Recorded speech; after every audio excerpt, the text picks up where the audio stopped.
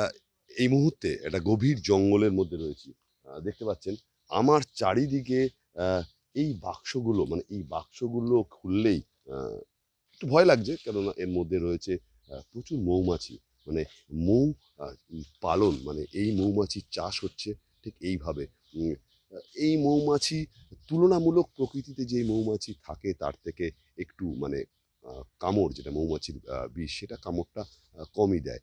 এই বক্সের থেকে মৌমাছি সকালবেলায় বেরিয়ে যায়, আবার সূর্য ডোবার আগে মৌমাছি এখানে ঢুকে যায়। যেই সময়টা মানে যখন যখন ধরুন এই সময়টা মানে এই জুন, জুলাই, আগস্ট, এই সময়টা বাইরে বৃষ্টির সময়, এবং ফুল, বিভিন্ন গাছের ফুল নেই বললেই চলে। সেই সময় এদেরকে এখানে খাবারের ব্যবস্থা করতে হয়।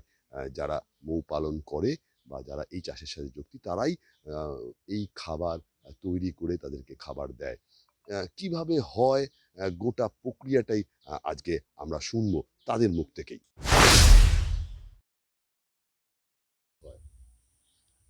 এখানে মূলত মৌ পালন আমরা করি এখানে, বিকিপিং যাকে ইংরেজিতে বলে।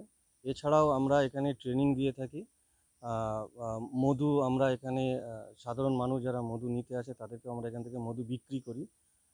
তাদের কাছে আমরা খাঁটি এবং বিশুদ্ধ মধু তাদেরকে আমরা দিয়ে থাকি। এবং আমাদের মধু র র হানি, মানে আমরা এই মধুকে নিয়ে আমরা কিচ্ছু করি না, জাস্ট মৌমাছির বক্স থেকে কালেকশন করা হয় আর বোতলে ভরা হয়, এটা র হানি বলা হয়। মানে মধু মানে অনেকেই জানা সুন্দরবন, সুন্দরবনে সেই মধু, সেই মধু সংগ্রহ করতে গিয়ে প্রচুর বাঘের আক্রমণ, কিন্তু এই এই যে প্রসেসিংটা, এই প্রসেসিংটাকে কি বলে, কিভাবে এটা তৈরি হয়, মানে সেটা যদি বলেন। হ্যাঁ, এটা অ্যাকচুয়ালি এটা বিকিপিংই বলা হয়, মৌ পালন। শুধু আপনি বললেন না যে সুন্দরবন একটা টাইমে মধু পাওয়া যায় ওখানে, সেটা হচ্ছে মার্চ মাস থেকে শুরু হয়। মার্চ, এপ্রিল, মে, 3 মাস পর্যন্ত ওখানে সিজন চলে। কিন্তু সব এরিয়াতে নয়, সুন্দরবনের কিছু কিছু এরিয়া আছে যেগুলো মার্চ মাস 1 মাস হয়, তারপরে ওখান থেকে আলাদা একটা জায়গায় যেতে হয়, এরকমভাবে আলাদা আলাদাভাবে হয়। সেটা 2.5 মাস থেকে 3 মাস পর্যন্ত সুন্দরবনের সিজন চলে। বাদ বাকি সময়গুলো, যেমন ধরুন আমাদের ওয়েস্ট বেঙ্গলের ক্ষেত্রে লগভগ প্রায় 7-8 ধরনের আমরা মধু কালেকশন করে থাকি। এই বক্সের থেকে মৌমাছি সকালবেলায় বেরিয়ে যায়, আবার সূর্য ডোবার আগে মৌমাছি এখানে ঢুকে যায়।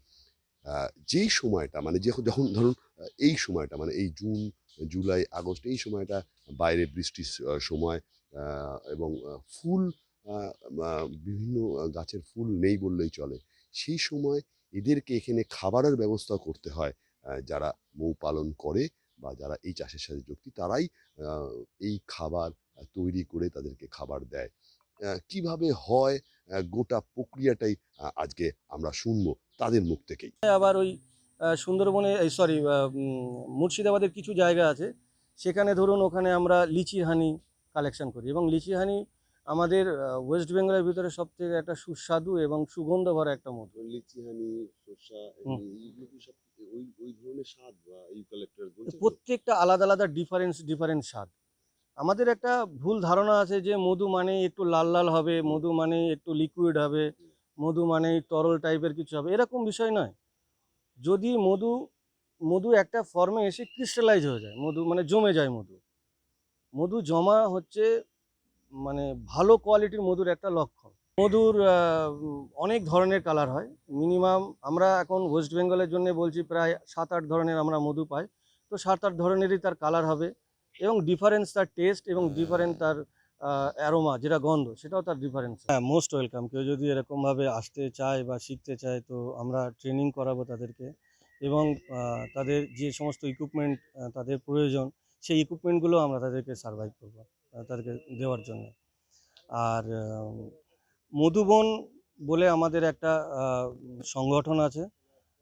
মধুবনের পক্ষ থেকে আমরা প্রতিনিয়ত তাদেরকে আমরা ট্রেনিং করানো, তাদেরকে আমরা এই বিষয়ে চিন্তাভাবনা করানো যে কীভাবে বিকিপিংটাকে আরও ভালো জায়গায় নিয়ে যাওয়া। যে সমস্ত বিকিপার ভাই কাজবাজ করছে তাদেরকে আমরা ট্রেনিং দিচ্ছি যে অ্যাডভান্স বিকিপিং কীভাবে শিখতে হবে।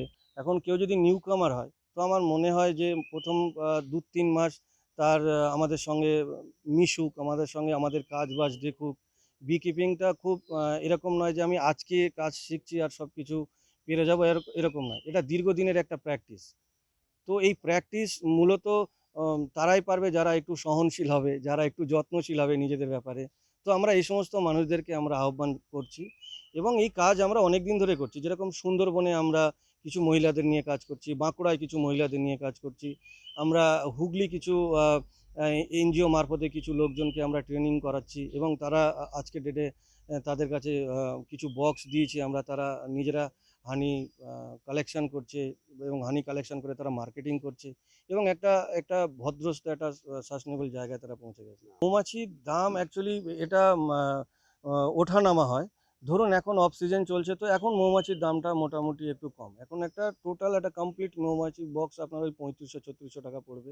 কিন্তু যখন সিজন শুরু হবে সেই সময় যদি মৌমাছি বক্স নেওয়া যায় তো সেটা মিনিমাম ধরে দেখুন ৪,৫০০ কাছাকাছি, ৪৫০০-৪৬০০ টাকা। এই যে বক্সটা নেবে হুম। ৩৫-৩৬০০ টাকা কি ৪,০০০ টাকা কি ৫,০০০ টাকা, এর মধ্যে কি ওই বোর্ডগুলো টোটাল কমপ্লিট বক্স, তার ভিতরে উইথ বীজ থাকবে, যে ফ্রেমগুলো থাকার কথা সে ফ্রেম থাকবে, টোটাল একটা কমপ্লিট বক্সের দাম বলা হয়েছে এটা। আচ্ছা এইখানে মৌমাছি কত কত থাকতে পারে এখানে? আহ, গোনা তো হয়নি, তো লাগভগ কোটির উপরে তো থাকবেই থাকবে। একটা বক্সের মধ্যে? হ্যাঁ। আর কুইন একটাই? আর কুইন একটা থাকে আর কিছু ড্রন থাকে, মানে কিছু পুরুষ মৌমাছি থাকে। আচ্ছা। আর ম্যাক্সিমাম সবই তো শ্রমিক? হ্যাঁ। সবই তো শ্রমিক আর মৌমাছি? সবই শ্রমিক মাছ। মৌমাছি পালন কিভাবে হয়, মানে মৌ পালন কিভাবে হয় শুনলাম গোটা প্রক্রিয়াটা। কত ধরনের মধু, মানে আমরা মধু মানে মধু মানেই জানি ওই ডিপ লাল কালারের বা একটু কালচে লাল কালারের মধু, কিন্তু কত ধরনের মধু হয় সেটাও দেখলাম। মৌ পালন করতে গেলে অর্থাৎ মধু পালন করতে গেলে কি কি করতে হয়, কিভাবে প্রসেসিং, টোটালটাই শুনলাম। আশা রাখবো যে এই বিভিন্ন চাষের মতন এই মৌ পালন আরও বাড়ুক আমাদের রাজ্যে। ইতিমধ্যে রাজ্যে বেশ কিছু জায়গায় এই মৌ পালন চলছে। উত্তর চব্বিশ পরগনার আমডাঙ্গা থেকে সৌমেন রায়চৌধুরী, এই সময় ডিজিটাল।